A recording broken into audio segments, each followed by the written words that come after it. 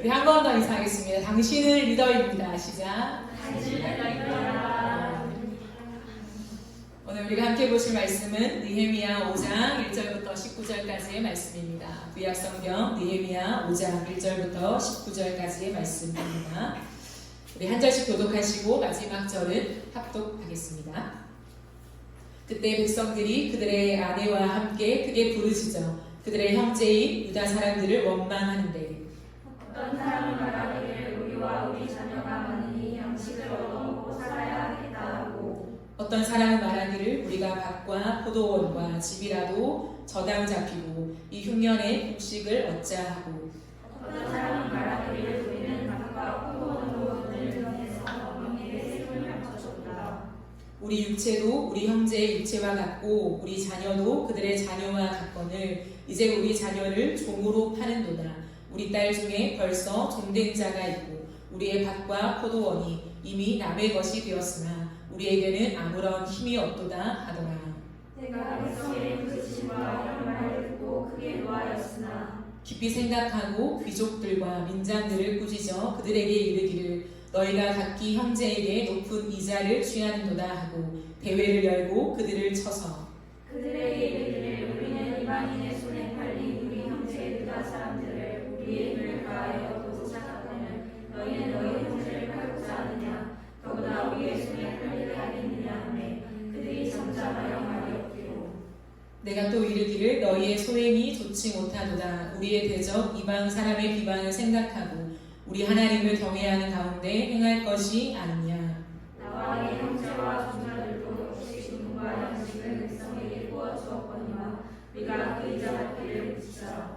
그런즉 너희는 그들에게 오늘이라도 그들의 밭과 포도원과 감람원과 집이며 너희가 구워준 돈이나 양식이나 새 포도주나 기름의 100분의 1을 돌려보내라 하였더니 그들이 말하기를 우리가 당신의 말씀대로 행하여 돌려보내고 그들에게서 아무것도 요구하지 아니하리이다 하기로 내가 그 사람들을 불러 그들에게 그 말대로 하겠다고 맹세하게 하고 내가 옷자락을 털며 이르기를 이 말대로 행하지 아니하는 자는 모두 하나님이 또한 이와 같이 그 집과 산업에서 털어버리실지니 그는 곧 이렇게 털려서 빈손이 될지로다 하매 회중이 다 아멘하고 여호와를 찬송하고 백성들이 그 말한 대로 행하였느니라. 또한 유다 땅 중국으로 세움을 받은데 곧 아닥사스다 왕 제12년부터 제32년까지 12년 동안에 나와 내 형제들이 총독의 노를 얻지 아니하였느니라. 나보다 먼저 있었던 총독들은 백성에게서 양식과 포도주와 또 은 40세겔을 그들에게서 빼앗았고 또한 그들의 종자들도 백성을 압제하였으나 나는 하나님을 경외함으로 이같이 행하지 아니하고 도리어 이 성벽 공사에 힘을 다하며 땅을 사지 아니하였고 내 모든 종자들도 모여서 일을 하였으며 또 내 상에는 유다 사람들과 민장들 150명이 있고 그 외에도 우리 주위에 있는 이방 족속들 중에서 우리에게 나아온 자들이 있었는데 매일 나를 위하여 소원하리와 살찐 양 6마리를 준비하며 각 또한이 준비하고 열흘에 한 번씩은 각종 포도주를 갖추었나니 비록 이같이 하였을지라도 내가 총독의 노를 요구하지 아니하였으면 이 백성의 구역이 중하여니라.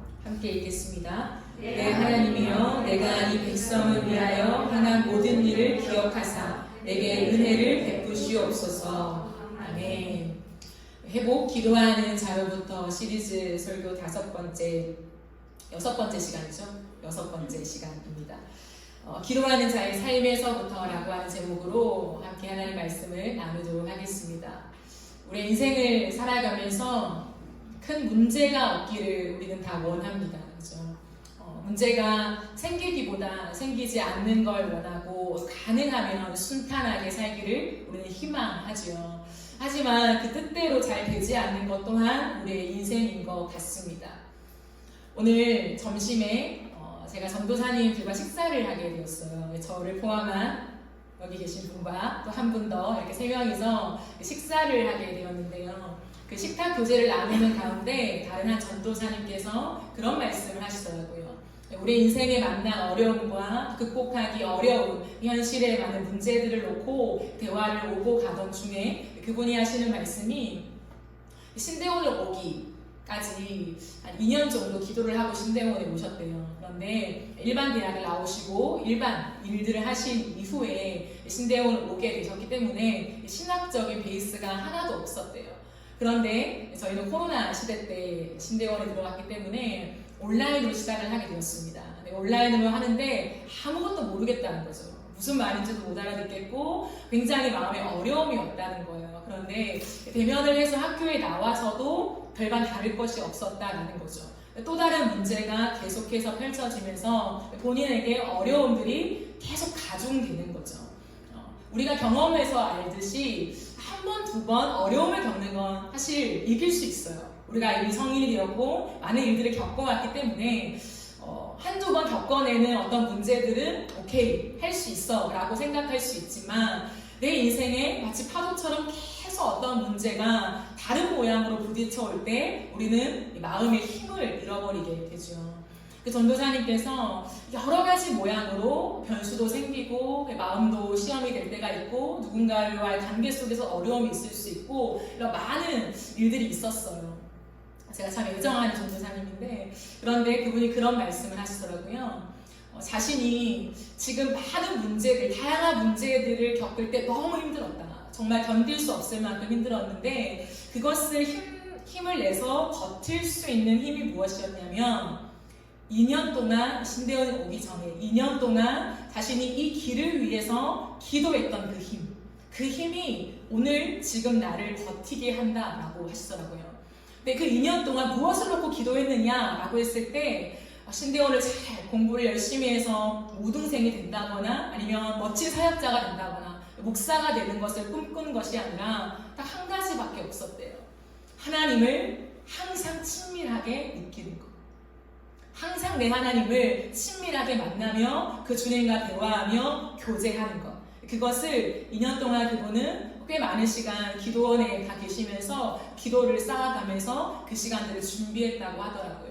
그러니까 여러 가지 사람들 속에 말들이 있을 수 있잖아요. 당신은 신학을 하는데 왜 이걸 모르냐라고 할 수도 있고 사역하면서 많은 어려움들이 겪어질 수도 있고 문제들이 있긴 하지만 그분은 내가 만약에 자질이 없거나 어려움이 가중되어서 더 이상 이 사역을 하지 못하더라도 괜찮다라고 하시더라고요. 왜냐하면 나의 소원은 하나님과 친밀한 관계 안에 거하는 것이기 때문이다 라고 하는 정말 이렇게 흔들리지 않는 강단 있는 그 말씀들을 우리에게 표현하시는데 참 은혜가 되었어요. 그렇구나. 우리가 이 땅에 살아가는 동안에 물론 신앙의 성숙과 함께 맷집이라는 게 생기죠. 세상에 어떤 문제가 닥쳐왔을 때 또 넘어갈 수 있는 나름의 힘이 생기긴 합니다. 하지만 인생이라고 하는 것은 믿음이 좋은 사람이라고 해서 문제가 비켜나가는 것은 아니더라고요. 믿음이 없다고 해서 많은 문제가 있고 믿음이 있는 사람은 하나님이 형통하게 하시고 그런 하나님은 아니시더라고요. 우리가 믿음이 좋아도 많은 영적인 훈련 속에 성숙을 우리가 이루어도 끝없이 우리의 인생 속에 문제가 닥쳐오는데 그 새로운 문제 앞에 우리가 어떻게 반응하며 굳게 설 수 있는가 자기만의 비법이 있어야 한다라는 거예요. 오늘 우리가 읽은 이 느헤미야를 보면 우리가 지금까지 살펴본 것처럼 느헤미야는 성벽 공사를 시작하면서 많은 문제가 있었어요. 하나님 앞에 비전을 받고 백성들과 함께 이 나라를 회복하고자 하는 그런 비전이 있었지만 걸어가는 많은 길 속에 어려움들이 있었죠. 우리가 지난주까지 살펴본 것처럼 외부적인 문제가 많았어요. 그죠? 방해하는 세력들과 괴롭히는 많은 음모들이 있었다라는 거예요. 느헤미야는 성벽을 재건하는 일들을 하면서도 동시에 그 어려운 문제들을 척척 해결해냈다는 거예요. 그런데 또다시 새로운 문제가 느헤미야 앞에 닥쳐오게 되는 거예요. 그게 오늘 본문입니다. 지금까지는 외부적인 문제로 훨씬 더 많이 느헤미야를 공격했다면 이제는 내부적인 문제라는 거예요. 우리가 무언가 일을 할 때 사실 외부적인 문제도 굉장히 크죠. 어려움을 겪을 수 있습니다. 근데 우리를 더 힘들게 만드는 건 뭐냐면 내부적인 문제가 있을 때라는 거예요. 느헤미야도 마찬가지였어요. 지금 이제는 성벽을 계속 쌓고 있는데 내부적인 문제가 터져버린 것입니다. 그 문제는 뭐냐면 이스라엘의 많은 백성들이 너무 힘들어서 더 이상 못하겠다라고 하는 울부짖음이었다라는 거예요. 근데 그 중심에는 여성들이 있었다라고 성경은 기록하고 있죠. 왜냐하면 이유가 있어요. 지금 온 백성들이 가담해서 성벽 재건을 하고 있잖아요. 그런데 이것은 아무런 봉급이 없는 일이었어요. 자원하여서 그들은 하나님을 위해서 이 나라의 성벽을 쌓고 있었다라는 거예요. 그러니까 남편들이요, 밖에 나가서 일해서 돈을 벌어다 주지 못했던 것이죠. 그러니까 아내들이 고스란히 집안 살림을 도맡는데 먹을 게 없는 거예요. 많은 것들을 해나가야 되는데 해나갈 수 있는 형편이 되지 않는 것입니다. 근데 이 힘듦이 계속 가중되고 있는 이 현실 속에 백성들은 참지 못하고 너무 힘들다고, 더 이상 못 가겠다고 울부짖음을 토로하고 있는 것이죠. 당시에 많은 사람들이 빚을 지고 살아갔어요. 빚이라는 것은 우리의 인생의 발목을 잡잖아요. 근데 이 당시에 보통은 이자가 20%였는데 지금 이스라엘 백성들이 힘들다라고 말하는 이때가 40에서 60% 정도의 이자율을 지금 기록하고 있다고 합니다. 그러니까 너무 힘든 거죠. 빚이 있는데 빚 갚기도 힘들 뿐 아니라 이자를 감당하기가 너무 힘든 현실 속에 있었습니다. 그런데 이 현실 속에 백성들은 느헤미야를 향해서 우리가 너무 벅차다라고 하는 거예요. 이해가 돼요. 왜냐하면 우리가 살아가면서 내가 하나님의 일들을 한다고 말하지만 현실이 너무 힘들 때 우리는 영적 피로감이 가중될 때가 있어요. 하나님을 위해서 우리가 무언가를 하겠다, 그리고 선한 마음을 우리가 하지만 그 중심이 여전하지만 우리는 연약한 인간이기 때문에 삶에서 너무 힘들고 어려운 일들이 가중될 때에 전체적인 부분에서 영적인 피로감이 누적된다라는 거죠. 이런 현실 속에 백성들은 어려움을 토하고 느헤미야는 성벽 재건을 완성해야 하는데 그 중도에 또다시 문제가 터졌을 때 과연 어떻게 했을까요? 우리는 오늘 느헤미야의 이 대처 능력과 반응을 살펴보면서 이 땅 가운데 우리는 어떠한 리더로 서야 하는가, 과연 성경이 말하고 하나님이 지지해 주시는 건강한 리더의 모습은 무엇인가에 대해서 함께 살펴보았으면 좋겠습니다. 첫 번째 나누고 싶은 건 뭐냐면 건강한 리더는 문제에 대해서 분노한다라는 거예요. 오늘 말씀해 보면 6절에서 느헤미야는 이렇게 말하고 있습니다. 내가 백성의 부르짖음과 이런 말을 듣고 크게 노하였다라고 되어 있어요. 근데 세번역 성경에는 뭐라고 하냐면 그들의 울부짖음과 탄식을 듣고 보니 나 또한 치밀어 오르는 분노를 참을 수 없다라고까지 얘기를 해요. 왜냐하면 백성들이 너무 힘들어요. 삶이 너무 팍팍하고 더 이상 먹고 살 게 없습니다라고 말한 이유는 뭐냐면 같은 동족인 이스라엘의 귀족들과 리더십들 있잖아요. 정치를 하는 사람들이요, 많은 돈을 이스라엘 백성들한테 가중시키는 거예요. 근데 어떻게 가중시키냐면 흉년이 드니까 먹고 살기가 너무 힘든 거예요. 그러니 돈을 빌려줍니다. 자식들을 이렇게 먹여 살려야 되니까 돈을 빌려주는데 엄청난 이자를 먹이는 거예요. 근데 이것은 많은 이방 사람들도 그렇게 했던 모습이에요. 돈을 빌려줄 때 굉장히 높은 이자를 받는 거죠. 그런데 신명기 말씀에 이스라엘 백성들에게 하나님 무엇이라 말씀하냐면 다른 나라와 너희는 구별되어야 한다라는 것을 끝없이 말씀하세요. 그러면서 주신 게 뭐냐면 율법이잖아요. 어떻게 하나님께 선택받은 백성은 세상에 살아가는 다른 민족들과 구별되어 살아갈 것인가. 그게 율법인데 그 율법 안에는 이자를 받지 말라고 적혀 있어요. 왜냐하면 돈을 구워줄 수는 있어요. 너무 어려운 형편에 있는 동족을 보면, 옆에 있는 이웃을 보면 돈을 빌려줄 수는 있습니다. 하지만 이자를 받는 건 뭐냐면 내가 선한 마음으로 빌려주는 것이 아니라 나의 이익을 챙기기 위해서 빌려주는 거거든요. 그러니까 하나님은 그거 하지 말라는 거예요. 돈을 구워줄 때도 선한 마음, 그 사람을 살리고자 하는 그 마음으로 하라라고 하는 게 율법의 정신이었다라는 거예요. 그런데 이스라엘 백성들은 이 많은 시간들이 지나면서 이방의 풍습과 너무 비슷해졌고 하나님이 금지했던 돈을 빌려주되 이자를 받지 말라고 하신 그 명령을 어기면서 높은 이자를 받으면서 백성들을 더욱더 힘들게 했다라는 거죠. 그렇기 때문에 느헤미야는 백성들로부터 이 얘기를 듣고는 분노가 치밀어 올라서 내가 견딜 수 없다라고까지 이야기하고 있다라는 거예요. 우리에게 리더의 이미지가 사실은 자상하고 온화하고 이러한 리더십, 부드러운 리더십이 있잖아요. 그런데 성경에 보니까 특별히 오늘 느헤미야를 봐도 하나님은 리더는 거룩한 분노를 할 수 있어야 한다라고 말씀하시는 것 같아요. 거룩한 분노.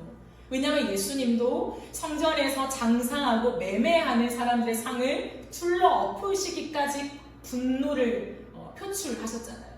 그러므로 무조건 참아야 되는 것만이 미덕은 아닌 것 같습니다.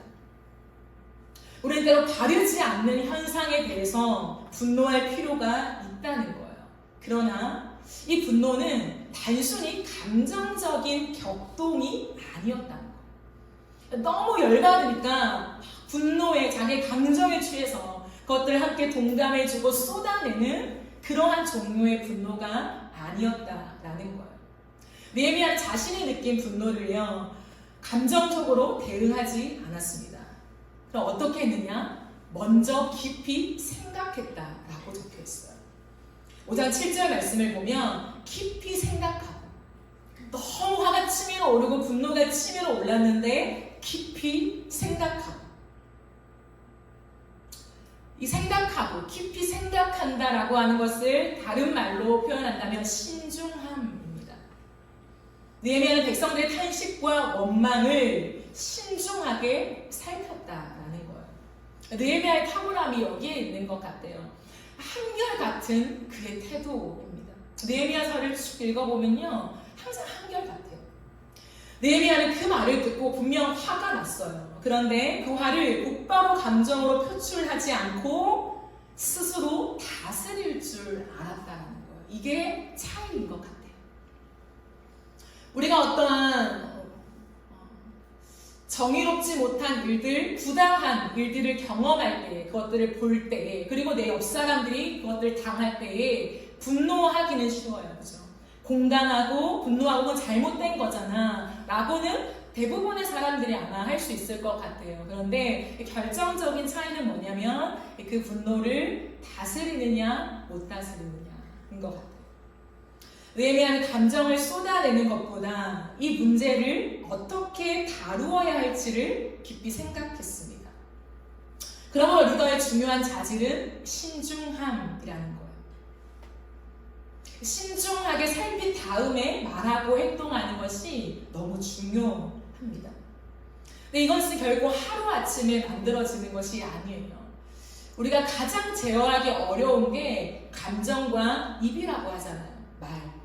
참 어려워요. 머리로 나는데, 그리고 결심도 하는데, 마음과 생각과 이 입을 우리가 통제하는 것이 여간 어려운 일이라는 거예요. 그렇기 때문에 이것이 하루아침에 이루어지는 것이 아니라 계속 닦아 나가야 하는 작업이라는 것을 우리는 알고 있을 거예요. 본래부터 심성이 착한 사람이 있잖아요. 원래 차분한 사람. 저는 좀 그런 사람이 아닌데 원래부터 이렇게 차분한 사람들이 있어요. 굉장히 고상한 사람들이 있습니다. 그런 사람들은 화를 잘 안 내죠. 어떠한 일을 닥쳐도 쉽게 대응하지 않습니다. 그런데 느헤미야는 그런 류의 사람이 아니었던 것 같아요. 왜냐하면 느헤미야서를 읽어봐도 굉장히 다혈질적인 모습이 많이 나와요. 그럼에도 불구하고 어떤 문제가 닥쳤을 때 그 분노를 컨트롤할 줄 알았다는 거예요. 다스릴 줄 알았다라고 하는 것이 참 놀라운 일인 것 같습니다. 왜냐하면 거기에 대한 준비가 되어 있기 때문이죠. 감정과 혀는 순간적인 거잖아요. 근데 그 순간을 내가 제어하는 것이 아주 어려워요. 느헤미야는 자신이 살아온 인생 속에서 저는 많은 실패를 했다고 생각합니다. 실수도 하고요. 하지만 깨닫는 거죠.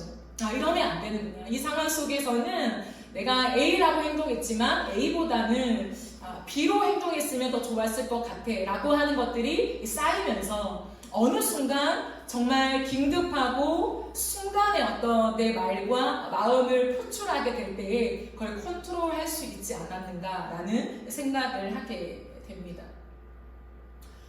우리도 마찬가지예요. 우리가 이 땅에 살아가는 동안에 느헤미야처럼 바르지 않은 문제에 대해서는 분노할 줄 알아야 합니다. 좋은 게 좋은 거지라고 생각할 수 있잖아요. 그리스도인들은 모두를 품어야 하니까. 정말 나를 화나게 하는 사람이라도 사랑하고 인내하고 좋은 말 해야 하니까 그러한 우리 안에 뭔가 압박감이 있는 우리의 마음을 확인할 때도 있어요. 그것이 맞지만 하지만 그렇다고 해서 그냥 좋은 게 좋은 거지 뭐 라고 하면 무분별하면 안 된다는 거예요. 잘못된 것에 대해서 그냥 괜찮아 이렇게 되면 안 된다라는 것을 말하고 있는 것 같습니다. 세상에 높이 올라가면 모두가 힘을 자랑하죠. 높이 올라가서 아랫사람을 때론 짓밟고 내 권위를 유지하기 위해서 검은 손들이 막 움직입니다. 세상의 많은 부분에서 그 검은 손이 없는 구역들이 흔치 않아요. 근데 그렇기 때문에 우리는 그것들을 보면서 어쩔 수 없어. 세상에서 나아가기 위해서는 이게 있어야만 돼 라고 우리가 생각해서는 안 된다라는 거죠. 문제를 심각하게 인식할 수 있는 것이 바르고 건강한 리더십이라는 거예요. 우리가 삶을 살아가면 우리 개인도 그럴 수 있고 또 많은 사람들의 모습 속에 문제를 일부러 작게 여기려고 하는 사람들이 있어요.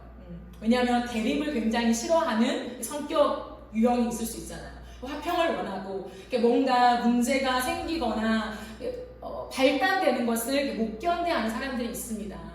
그런데 문제를 일부러 작게 여기는 것 또한 바람직한 리더의 모습은 아니라는 거예요. 문제를 정확하게 인식하는 것이 리더의 모습이라는 거예요. 근데 그 문제를 다룰 때 감정적으로 표출하는 것이 아니라 하나님 앞에서 이 문제를 어떻게 다루는 것이 옳을까에 대한 부분들을 생각하는 신중함이 필요하다는 거예요. 그러면 어떻게 하는 것이 바른 것인가? 이 질문이 우리 안에 항상 있어야 돼요. 하나님 앞에서 내가 어떻게 이 문제를 다루는 것이 하나님이 원하시는 걸까? 옳은 일일까? 성경적인 것일까? 나의 기준 말고 세상이 말하는 기준 말고 하나님이 우리에게 가르쳐주시는 그 기준이 무엇일까에 대한 이 질문이요. 그 질문이 우리 안에 계속 들어와 있어야 어떠한 문제를 딱 만났을 때 또 어떠한 대화를 오고 갈 때에 내 안에 그 질문이 나를 막아주는 거예요. 내 마음을 막고 내 혀를 막고 내 감정을 통제하게 된다는 것이죠. 느헤미야는 백성의 원망 소리를 신중하게 살피며 원인을 파악하는 데 주력했습니다. 너무 화가 났죠. 너무 열받았고 누가 이렇게 백성들을 힘들게 하냐라고 하는 감정의 요동함이 있었지만 그가 주목한 것은 감정이 아니라 원인 파악이었다는 거예요. 그렇게 살펴보니까 그 원인은 고위 관직들의 과도한 이윤 추구에 있었다는 것을 발견하게 됩니다. 그리고 느헤미야는 이 상황을 내가 어떻게 헤쳐나가야 할지를 스스로 결정하게 돼요. 원인을 파악했다면 어떻게 해야 될까요? 두 번째 특징입니다. 건강한 리더는 문제를 공개적으로 다룹니다. 7절을 계속 보시면 깊이 생각했다라고 되어 있잖아요. 깊이 생각하고 귀족들과 민장들을 꾸짖어 그들에게 이르기를 너희가 각기 형제에게 높은 이자를 취하는도다 하고 되어 있죠. 느헤미야는 문제의 원인이 되는 귀족과 관리들을 만났습니다. 그런 지도자들을 만난 자리에서 자신의 불편한 심기를 드러냈어요. 확실하게 표현하게 됩니다. 그리고 문제의 심각성에 대해 그들을 질타하게 된다는 거예요. 잘못했다는 거죠. 큰 소리로 야단을 치며 그 부분을 바로잡기를 원했다는 거죠. 이스라엘 공동체의 지도자였다면 다른 사람들이 이런 일을 해도 막아야 되는 위치인데 어찌하여 너희가 이것을 주도했냐라고 느헤미야는 거침없이 책망하고 있습니다. 귀족들은 율법을 몰랐던 것이라 아니라 알고 있었던 거죠. 그렇기 때문에 느헤미야의 이 말에 입이 10개라도 할 말이 없었던 거죠. 느헤미야는 그냥 무턱대고 감정에 의지해서 잘못했다라고 말하는 것이 아니라 하나님 앞에서의 우리의 태도를 빗대어서 잘못한 이유를 제시합니다. 그리고 잘못한 것을 당장 멈추어야 한다고 강하게 주장하죠. 느헤미야는 그들에게 이렇게 말합니다. 너희가 행한 일은 더 옳지 않은 행위였다라는 거예요. 옳지 않은 부분에 대해서는 우리가 옳지 않다라고 말할 수 있어야 해요. 당신들이 한 행동은 옳지 않았다. 그리고 우리가 하는 행동들은 하나님을 모르는 사람들이 봤을 때 비웃음거리가 된다. 도대체 우리가 세상 사람들과 다른 것이 무엇이냐라고 하는 주장을 하는 거죠. 우리만 잘났다, 하나님 백성이다라고 하는 특별함을 얘기하는 것이 아니라 우리의 모습을 보고 악한 이 세상과 잘못된 원리가 교정되어지고 바른 방향으로 나아가는데 하나님 우리를 세우셨는데 우리가 세상과 똑같으면 그 방향이 어디 있냐, 그 기준이 어디 있냐라고 하는 것을 느헤미야는 얘기하고 있다라는 거예요. 그러므로 우리가 바른 기준이 되어야 한다라고 하는 것으로 그들을 설득합니다. 또한 느헤미야는 하나님을 두려워한다면 있을 수 없는 일이다 라고 하면서 돌이키기를 원하는 거죠. 우리가 때로는 삶을 살아가면서 하나님을 믿지만 놓치기 쉬운 게 뭐냐면 하나님의 임재잖아요. 내가 하나님 바로 앞에 있다라는 사실. 우리가 항상 기억하고 있지만 순간순간 놓칠 때가 많아요. 근데 이스라엘 백성들도 그랬던 것 같아요. 하나님을 믿고 율법을 의지하고 있지만 세상이 너무 팍팍하고 이 현실에 적응하며 살아갈 때에 너무 힘드니까 그 하나님 앞에 살아가기보다도 옆 사람이 살아가는 것, 다른 민족들이 잘 살아가는 방법들을 우리가 모방하면서 나도 그것을 하고 싶을 유혹이 있을 때가 많은 것 같아요. 느헤미야는 그것을 말하고 있는 거예요. 우리가 하나님 앞에 정말 날마다 주님을 두려워하고 살아간다면 이거 있을 수 없는 일이지 않아? 이거 잘못된 일이잖아요. 라고 그들에게 말하고 있다는 거죠. 그러니까 참 놀라운 것은 뭐냐면 그 귀족들이 마음을 돌이키고 인정하게 돼요. 느헤미야에게 당신이 뭔데 우리에게 이런 말을 합니까? 라고 말하지 않고 그 모든 것을 수긍한다는 거예요. 우리가 잘못했습니다. 우리가 하나님 앞에서 바로 서지 못했고 하나님을 경외하지 못했습니다. 라고 반응하고 있다는 거예요. 여기까지 하면 되잖아요. 근데 느헤미야가 한 걸음 더 나아가서 한 행동이 있어요. 그건 뭐냐면 모든 백성을 소집했어요. 참 어려운 일이에요. 제가 가만히 생각을 해봤어요. 과연 이러한 리더가 이 땅에 존재할까? 물론 존재하겠죠. 그러나 굉장히 소수일 것 같아요. 왜냐하면 이 세상 속에 우리가 느헤미야처럼 이러한 행동을 취한다라고 하는 게 만만치 않은 것 같아요. 그렇죠? 근데 느헤미야는 귀족들을 만난 것까지 좋습니다. 그들을 만나서 권면하고 얘기하고 너희가 하는 행동은 하나님 앞에서 옳지 못했어 라고 얘기하면 되는데 곧이어 모든 백성을 다 모은다는 거예요. 그러면서 이 얘기를 끄집어냅니다. 이 이스라엘 백성들의 리더십들이 이 행동을 잘못했고 너희들이 이렇게 울부짖음으로 온 백성들이 힘들어했다. 근데 이 모든 것은 잘못된 것이다 라고 한 번 더 얘기를 해요. 왜 그랬을까요, 여러분? 저는 이 말씀을 다시 한번 읽으면서 마음이 어렵더라고요. 어떻게 이렇게까지 할 수 있을까? 해야 할까? 근데 느헤미야가 이렇게 한 이유가 있습니다. 이유가 뭐냐면 이번에 불거진 이 문제의 어이없음을 확실하게 지적하면서 다시는 이런 일이 발생하지 않도록 그가 힘썼던 것에 있습니다.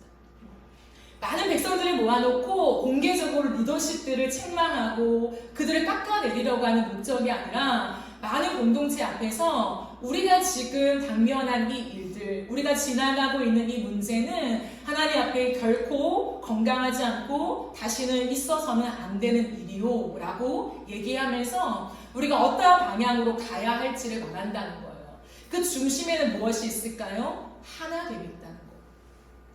리더들만 모아놓고 다독이고 너희가 잘못했어 라고 말할 수 있고 또 느헤미야는 백성들에게 가서 괜찮다, 너희가 애쓰고 있다, 수고한다, 내가 문제를 해결하마 라고 해도 돼요. 그런데 이 둘의 그룹의 사이는 멀어지겠죠. 거봐 너희가 잘못했잖아. 백성들은 리더십들을 지적하겠죠. 그리고 리더십들은 너희가 꼬질러서 지금 이 일이 이렇게 됐어 라고 하는 마음이 생길 수도 있다는 거예요. 그러니까 느헤미야는 지금 공개적인 부분에서 이 문제를 마무리하는 이유는 드러내고 싶어, 들추고 싶어서 라고 생각하는 것이 아니라 하나 되기 위해서, 하나님 말씀 앞에 모두가 하나 되어서 우리가 그 다음으로 나아가자 라고 하는 건강한 제시를 위해서 백성들을 모았다라고 하는 거예요. 참 놀랍죠? 성벽을 재건하고 있는 이 현실 한복판에서 느헤미야는 무엇이 중요한지를 알고 있었던 사람. 이것을 모든 사람 앞에 공개했을 때 이 성벽 재건이 잘 되지 않을 수도 있어요. 중단될 수도 있고 어려움을 겪을 수도 있지만 느헤미야는 그것보다도 그게 너무 중요하죠. 느헤미야에게 비전이니까, 꿈이니까, 가야 할 온전한 길이니까. 그러나 그 일을 이루는 것보다도 우리 안에 하나 되어서 하나님 앞에 바르게 걸어가는 것이 훨씬 더 중요하다라는 것을 알고 실행했던 리더였다라는 거예요. 그러므로 리더는 질타하는 것으로 끝나지 않습니다. 건강한 리더의 세 번째 특징이 있습니다. 건강한 리더는 바른 삶을 알려줍니다. 느헤미야는 백성들에게 어떻게 그럼 해야 하는가에 대한 구체적인 부분을 얘기를 해요. 때로는 우리가 그럴 때가 있잖아요. 교회에서 하나님 말씀을 나누거나 들을 때에 항상 저 같은 사역자도 하나님 앞에 살아야 합니다라는 말을 하잖아요.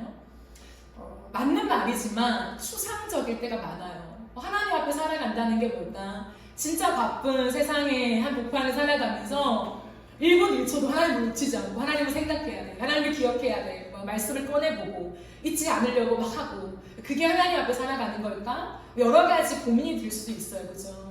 느헤미야의 탁월한 리더십은 이 문제 앞에서 아주 구체적으로, 그러면 우리가 어떻게 해야 하는가에 대해서 정확하게 말하고 있다는 거예요.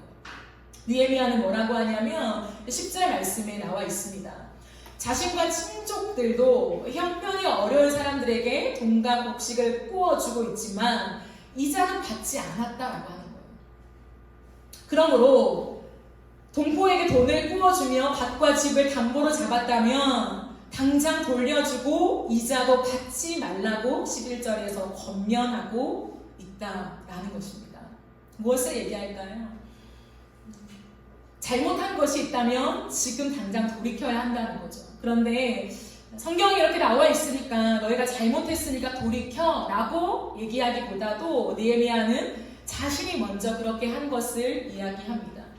내가 먼저 그렇게 했다. 나도 돈을 구워준 적이 있다. 그러나 이자를 받지 않는다. 당신들도 이와 같이 하라. 이자를 받지 마라. 모든 것을 돌려주어라. 라고 얘기하고 있다라는 거예요. 이어서 느헤미야는 자신의 이야기를 합니다. 자신이 총독으로 12년 동안 있는 동안에 총독의 녹을 받지 않았대요. 이것은 모든 총독들이 녹을 받지 않아야 된다라고 말하는 게 아니에요. 느헤미야의 말을 보면 비교를 해요. 글을 읽어보면 내 앞선 모든 총독들은 이거 저거 다 받았다.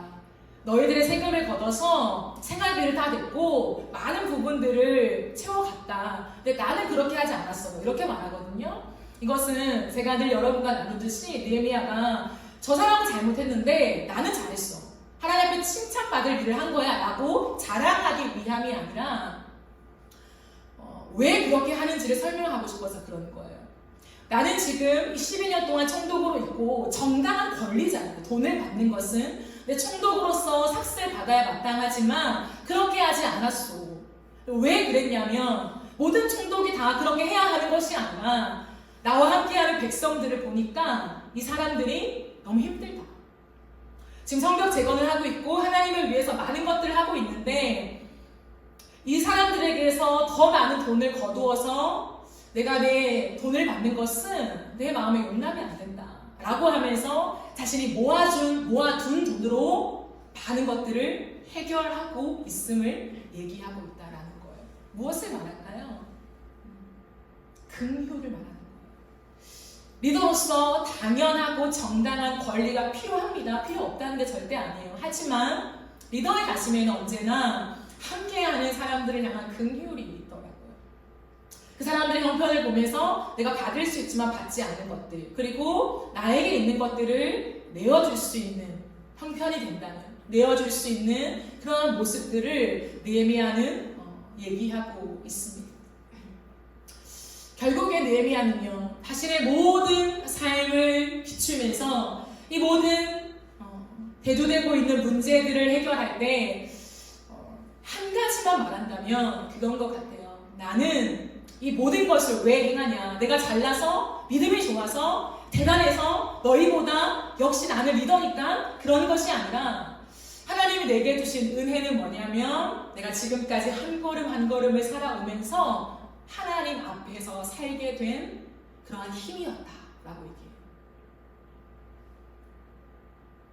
나도 이게 왜 되는지 모르겠지만 이제는 자연스럽게 되는 것 같습니다. 이런 말이죠. 내가 잘나서가 아니라 늘 넘어졌고 실패했고 실수했지만 걸어오는 순간순간마다 다시 한번 그 실패의 자리에서 난 어떻게 해야 되나? 하나님 원하시는 게 뭘까? 어떻게 했어야 하나님 더 기뻐하셨을까? 공동체를 위하는 것이었을까? 를 끝없이 앞다투며 고민한 결과 어느 순간 힘들고 그리고 급박한 문제에 당면했을 때 이 문제에 내가 즉각적으로 반응하기보다도 하나님 앞에서 늘 하나님 앞에서 하나님이 앞에 계신 것, 이것이 나도 모르게 돼버렸다라고 얘기하는 것 같아요. 그러니 우리가 하나님을 두려워합시다 라고 백성들을 권면하고 있는 것 같습니다. 리더로서 우리가 때론 부담스러울 때가 있어요. 제가 앞서 인사로 표현한 것처럼 리더라는 거, 나는 리더야, 나는 이 땅의 리더야, 이 세상을 바꿀 거야 라고 누군가는 포부를 가지고 용기를 낼 수 있는 단어일 수도 있지만 누군가에게는 굉장히 무거운 단어. 나는 리더가 되고 싶지 않은데, 난 아직 그러한 힘이 없는데, 누군가 앞에서 리더로서 나가기보다 나는 그냥 구성원이고 싶은데 라고 생각할 때가 있어요. 그죠? 하지만 하나님은 예수 그리스도의 구원을 통해서 먼저 부른 우리에게 너희가 세상의 리더다 라고 말씀하세요. 우리가 잘나서가 아니라 세상 가운데 주님은 먼저 구별하여 부르신 우리를 통하여서 세상의 리더가 되기를 원하셨어요.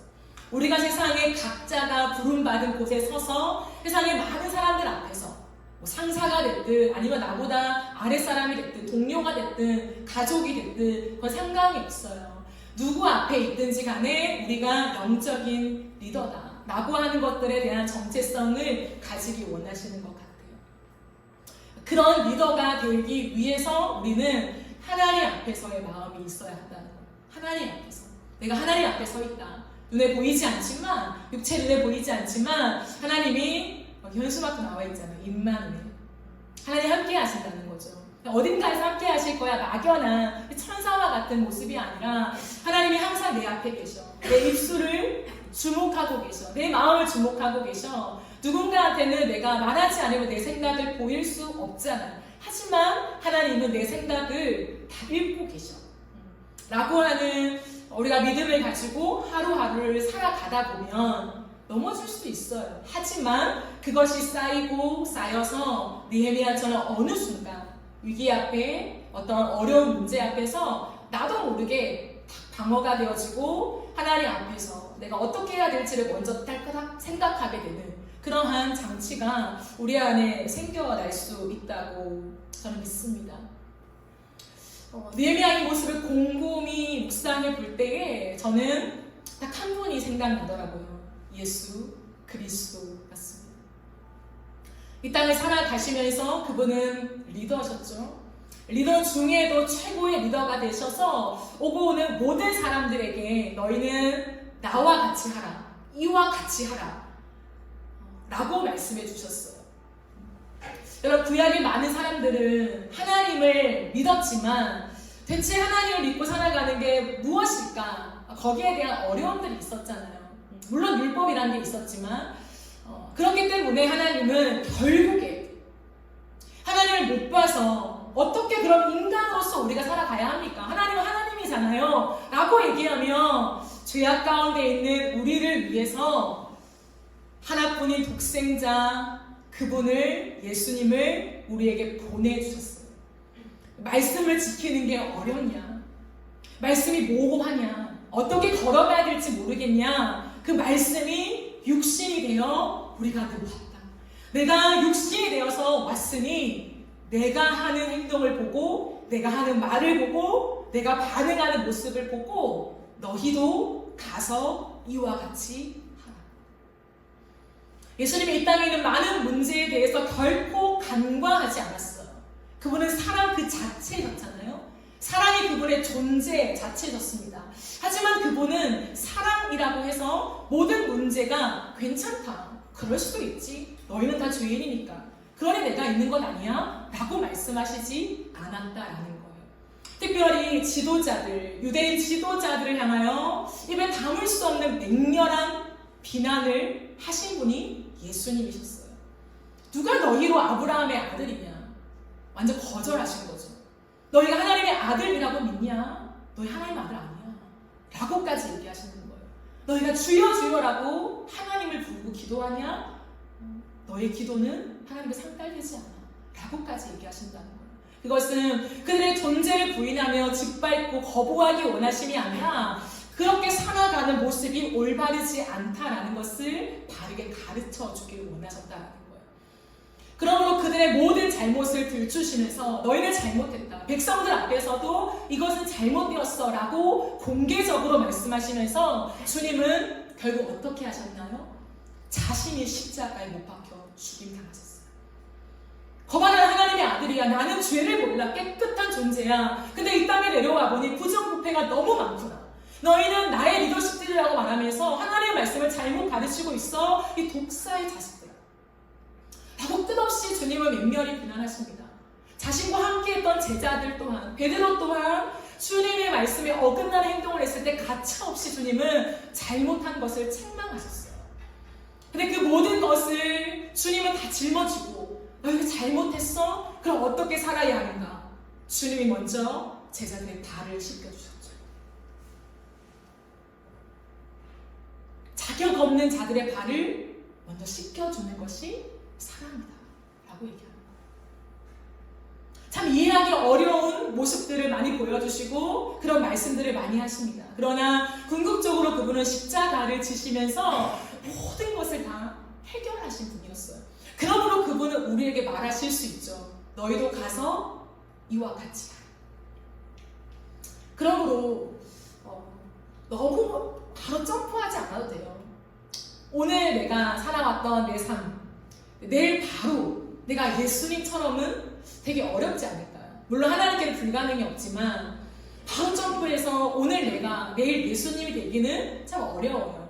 하지만 날마다 그 십자가에 달리신 예수님, 우리의 부정부패와 잘못된 생각과 잘못된 삶을 교정하기 위해서 말이 아니라 당신의 온 몸으로, 온 삶으로 그렇게 걸어가셨던 그 예수님, 그 예수님을 묵상하면서 하루하루를 계속 살아가는 거예요. 그런데 그 하루하루를 살아갈 때 예수님을 흠모해야 해요.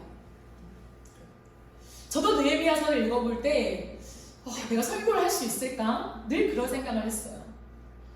내 얼굴에 침 뱉기다 이런 생각이 들었어요. 진짜 내가 이렇게 설교하면 물론 여러분들은 그렇지 않겠지만 그냥 제 마음이 내가 너무 부족하니까 정말 건강한 리더는 이런 모습인데 나는 이런 모습에서 좀 많이 멀어질 때가 많고 이 설교를 어떻게 해야 되나라고 정말 많이 부담스러워요. 설교를 하면 할수록. 그런데 제가 지난주에도 여러분과 나눴듯이 동일한 마음이 들었어요. 그렇기 때문에 난 안 돼. 나는 건강한 리더가 아니야. 나는 자질이 없어. 신중함, 부족한 것 같아. 이렇게 늘 생각하는 내가 다시 한번 마음을 추스려서 아니다. 하나님이 나를 영적인 리더로 세우셨으니 그 나의 정체성이니 닮아가보자. 나는 어떻게 반응했을까? 난 어떻게 생각했나? 난 어떤 마음을 품었나? 난 어떤 삶의 흔적을 남겼나? 하나하나 돌아볼 때 교정할 것이 참 많아요. 하나님 앞에 하나님 참 부끄럽습니다. 때로는 제 마음속으로 많은 부분을 다듬어가면서 다음에는 이렇게 해봐야지, 저렇게 해봐야지 하는 마음으로 내 마음을 추스려 가요. 여러분도 그랬으면 좋겠어요. 우리가 예수 그리스도를 바라보며 또는 느헤미야를 바라보며 이게 영적인 리더십의 모습이죠. 건강한 리더십의 모습입니다. 그러나 곧바로 예수님께 가기보다 한 걸음 한 걸음 나의 말과 행동과 반응과 태도들을 계속 돌아보는 거예요. 하나하나. 특별히 내가 실수한 것들은 저도 꺼내보기가 참 힘들어요. 일단 지나간 거고 앞만 보고 싶은 그런 유혹이 들지만 내가 지난 시간 동안에 잘못한 것들을 많이 생각해요. 근데 그거에 다운되는 게 아니라 다시 이렇게 세우는 하나님 나라를 위해서 예수님을 닮기 위해서 야 이렇게 가야지 예수님은 이렇게 반응하셨네 느헤미야는 이렇게 반응하고 있네 이런 것으로 꿈을 꾸는 거죠. 여러분도 그런 꿈을 꾸었으면 좋겠습니다.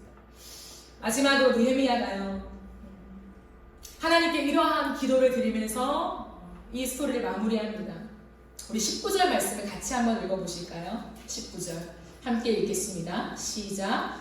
네 하나님이여 내가 이 백성을 위하여 행한 모든 일을 기억하사 내게 은혜를 베푸시옵소서. 아멘. 제가 늘 여러분과 나눴던 그 구절이 여기에 등장하죠. 느헤미야는 하나님께 이렇게 기도합니다. 네 하나님이여 네 하나님. 누군가의 하나님 성경책에 기록된 하나님이 아니라 나와 관계하셨던 하나님 나의 하나님 내 하나님이여 내가 이 백성을 위하여 행한 모든 일을 기억하십시오. 하나님 내가 어떻게 살아왔는지 주님 아시죠? 내가 어떻게 반응하며 살아왔는지 주님 아시죠? 제 눈물을 아시죠? 제 헌신을 아시죠? 라고 하는 거예요. 주님 기억하소서 라고 하는 거죠. 그리고 내게 은혜를 베푸시옵소서 라고 해요. 제가 눈을 여러분과 나눴지만 이것은 단순한 자랑이 아니에요. 느헤미야가 내가 잘한 모든 것들 주님 다 기억하시고 내게 복을 주셔야 마땅합니다 라고 얘기하는 것이 아니라 하나님 앞에서 자신이 얼마나 이 말씀을 지키며 살아왔는가에 호소하고 있다는 거예요. 내가 잘했으니까 주님 나만 복 주세요 이 말이 아니라 하나님 내가 부족하지만 이 백성들을 위해서 내가 먼저 내 삶으로 살아온 것들을 기억하사 하나님 내가 하는 모든 일들 우리 백성들과 함께하는 모든 일들에 하나님 은혜를 주세요 라고 하는 그 호소의 기도였다는 거예요. 하나님 내가 허투루 살지 않았잖아요. 당신의 나라를 위해서 내가 부족하지만 주님을 따라갔습니다 라고 하는 고백이에요. 저는 우리 모두가 이 기도를 하나님 앞에 드릴 수 있었으면 좋겠어요. 사랑은 우리가 한 행동들, 우리가 한 헌신을 다 기억해 주지 못할 때가 많아요. 내가 어떤 마음으로 이 헌신을 했고 어떻게 시간을 하나님 앞에 내어드렸고 어떻게 내 재정 중에 얼마를 하나님 앞에 어떠한 마음으로 내가 드렸는지 하나하나 구석구석 다 모를 때가 훨씬 더 많은 것 같아요. 그런데 하나님은 다 아신다는 거죠. 느헤미야는 그 얘기를 하는 거예요. 사람들이 알아주면 좋죠. 좋지만 나는 그것 때문에 한 것이 아니라 언제나 나와 함께 하셨던 하나님 나의 모든 것을 아셨던 하나님 그 하나님은 내 살아온 삶을 단 하나도 놓치지 않고 다 기억하시잖아요. 하나님 당신이 나에게 복이 되십니다 라고 하는 고백인 거죠. 저는 이 기도 자체가 느헤미야에게 큰 위로가 되었다고 생각해요. 그냥 하나님 내가 많은 걸 했으니까 복을 주세요 라고 하는 단순한 기도가 아니라 그냥 이 고백을 하면서 얼마나 많은 위로를 받았을까라는 생각을 해요. 여러분 그럴 때 없어요? 하나님께 기도할 때 내가 막 생생내려고 하는 게 아니라 지금까지 걸어온 삶이 이렇게 싹싹 지나갈 때가 있어요. 비록 누군가에게 더 잘하는 사람들한테 비하면 적은 금액이죠. 적은 헌신이죠. 더 열심히 삶을 다 바쳐서 정말 선교하시는 분도 계신데 하지만 나와 하나님과의 둘 관계에서 하나님 제가 이렇게 하나님 앞에 드렸었어요. 그때 하나님이 그런 마음을 주셨죠. 근데 그 감동을 받아서 제가 그때 이거 했어요. 하나님이 그 행동 잘못된 것이라고 따끔하게 책망하셨을 때 내가 너무 아팠지만 근데 하나님이 아니라고 하시니 잘못했다고 하시니 제가 또 인정하고 하나님 교정한 거 주님 아시죠? 여러분만의 그 헌신의 고백들이 하나님 앞에 분명히 있을 거예요. 그죠? 근데 그 고백을 드리는 것 자체가 하나님의 위로로 올 때가 있어요. 왜냐면 이 음성이 반드시 들리거든요. 내가 다 안다. 이 고백. 우리가 그 고백을 올려드릴 때 하나님도 우리에게 말씀하세요. 내가 다 안다. 내가 너의 수고를 다 안다. 근데 그리스도인들은 모르겠어요. 저만 그런지 모르겠지만 그냥 그 한마디면 끝나더라고요. 기도할 때 하나님 하고 할 때 내가 다 안다. 그 한마디 말이 모든 걸 다 시키는, 과거가 없고 다시 시작입니다. 당신께 내 헌신을 쌓을게요. 당신께 나의 모든 것들을 쌓아갈게요 라고 하는, 다시 시작하게 되는 지점이 되는 것 같아요. 여러분에게 그 기도가 있으십니까? 하나님과의 관계 속에. 그래서 사람도 오해할 수 있잖아요, 그죠? 근데 하나님은 오해 안 하시니까 하나님과의 관계 속에 여러분이 지금까지 했던 것들을 말씀드려보세요. 하나님 기억하시지만 대화하는 거잖아요. 하나님 제가 그때 이랬잖아요. 그때 이랬잖아요. 드렸잖아요. 왜냐하면 그게 하나님을 향한 사랑이니까. 그때 나오게 되는 게 뭐냐면 하나님을 향한 흠모인 것 같아요. 주님을 더 원하게 되는 것. 그래서 내가 비록 힘들죠. 여러분 말씀대로 살아가는 게 힘들어요. 충만할 때도 있지만 버겁고 그만하고 싶고 적당히 하고 싶고 그럴 때가 많잖아요. 그런데 우리를 일으켜 세우는 건 뭐냐면 이렇게 해야 된다라고 하는 성경의 율법보다도 그냥 그 하나님을 원하게 될 때, 그 하나님을 원하게 되면 닮아가게 되잖아요. 하나님처럼 말하고 싶고 하나님처럼 생각하고 싶고 하나님처럼 행동하고 싶고, 그러한 사랑이 올라올 때 우리의 삶도 어느 순간 그렇게 살아가고 있는 나를 발견하게 되는 거죠. 그래서 오늘도 여러분 각자의 모습과 삶의 걸음들이 있을 거예요. 이 느헤미야의 말씀 속에, 이 5장의 본문 속에 하나님은 과연 나에게 무엇이라 말씀하시는가 하나님께 질문하며 또한 그 음성을 받는 시간이 되었으면 좋겠습니다. 말씀을 마무리하겠습니다. 건강한 리더는 확실한 특징이 있습니다. 성경적인 특징이 있어요. 건강한 리더는 문제에 대해서 분노합니다. 그리고 그 문제를 공개적으로 다룹니다. 쉬쉬하지 않아요. 덮으려고 하지 않아요. 공개적으로 다루면서 그 다룸의 중앙에 자신이 서 있게 됩니다. 그리고 마지막으로 건강한 리더는 어떻게 바르게 살아야 할까? 바르게 살아가는 게 뭔데? 그러면 이렇게 해야 되는 게 아니라 어떻게 해야 되는 건데? 라고 하는 것에 바른 삶을 제시해 준다라고 하는 거예요. 근데 그것은 말로만이 아니라 자신이 걸어온 그리고 걸어가고 있는 삶을 통해서. 그러므로 가장 강력한 힘은 여러분 내 삶. 가장 강력한 힘은 나의 존재입니다. 마지막으로 말씀을 마무리하면서 지난주에 우리가 성교 준비하면서 한 지체가 그런 말을 잠깐 한 얘기가 기억이 나더라고요. 선교지에 가는 거 우리가 많은 것들 하잖아요. 무언국도 준비하고 많은 것들 하지만 우리의 존재 자체가 힘이 된다고 했나요? 그 존재 자체가 빛을 발한다고 했나요? 그거인 것 같아요. 결국에는 많은 일을 하는 것도 너무 중요하지만 내 존재, 내가 누구인가, 그리고 내가 어디에 서 있는가, 그것이 하나님이 사용하시는 가장 강력한 힘이 될 줄 믿습니다. 저와 여러분이 우리의 삶으로 우리가 아는 지금까지 믿었던 그 하나님을 향한 헌신과 믿음의 삶으로 세상 속에 구별됨을 보이고 영적인 건강한 리더로 세워지는 은혜가 우리 모두에게 있기를 예수님의 이름으로 축복합니다. 아멘. 우리 함께 찬양하고 기도하는 시간을 가지도록 하겠습니다.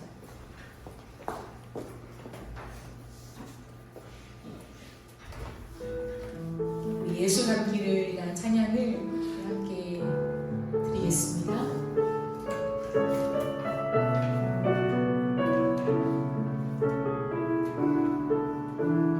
예수 닮기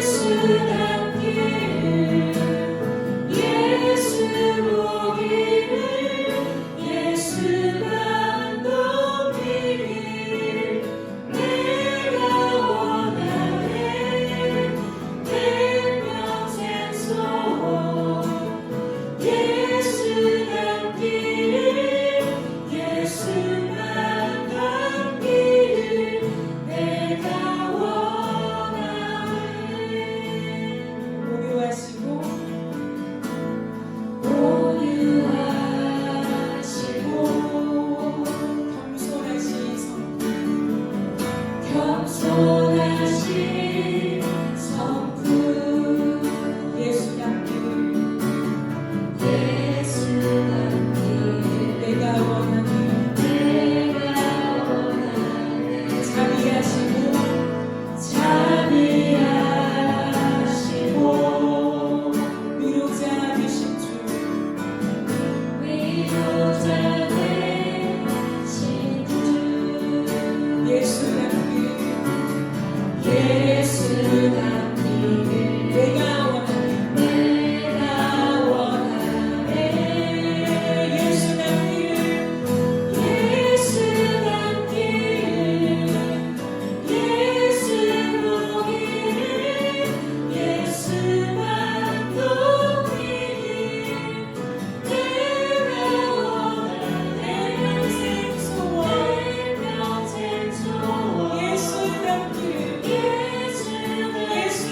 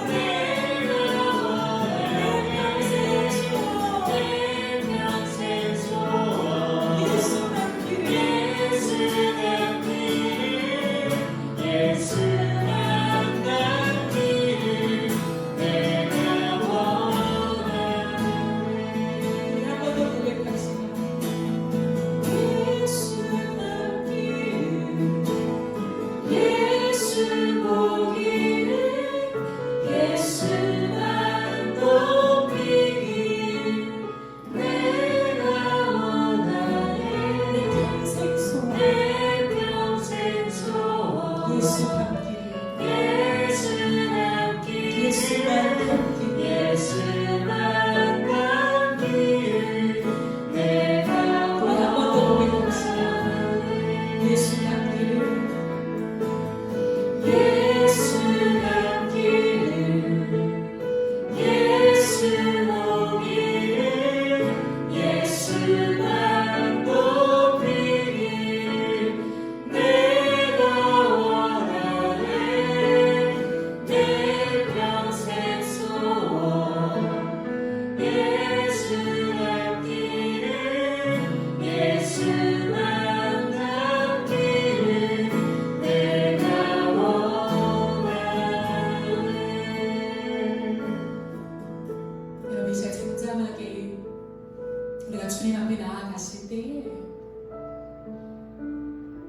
우리의 리더 되신 예수님을 바라보십시다. 나의 리더 되신 예수님은 어떻게 살아오셨나? 나에게 어떠한 분이셨나? 그 예수님을 나의 유일한 리더 삼아서 내가 하루하루 그 주님을 바라보며 살고 있는가? 어떠한 부분을 더 담기를 원해서 내가 주님 앞에 기도하고 있는가? 우리의 삶에 하나님이 더 깊이 와닿고 그 임재가 느껴지기를 간구하십시다. 내 평생 소원 예수 닮기를이라고 하는 이 고백이 찬양의 가사로만이 아니라 우리의 가슴에 진정한 기도가 되어지기를 원합니다. 하나님, 내 평생의 소원이 내가 세상에서 잘 사는 건 물론 있을 수 있죠. 하지만 한 가지 소원을 얘기하라고 한다면 내가 주님을 닮길 원하고 주님을 더 알길 원하고 하나님과 더 깊은 관계 속에 그 사귐 속에 내가 더 깊이 하나님 교제하는 그것이 나의 한 가지 소원입니다. 내가 그것을 놓치지 않게 하여 주시고 하나님 나의 모든 삶 속에 하나님 나에게 말씀 발견하게 하여 주시옵소서. 주님 나에게 말씀하여 주시옵소서. 우리 시간 각자의 고백을 따라서 하나님 앞에 기도하며 나아가십시다. 기도합시다. 예.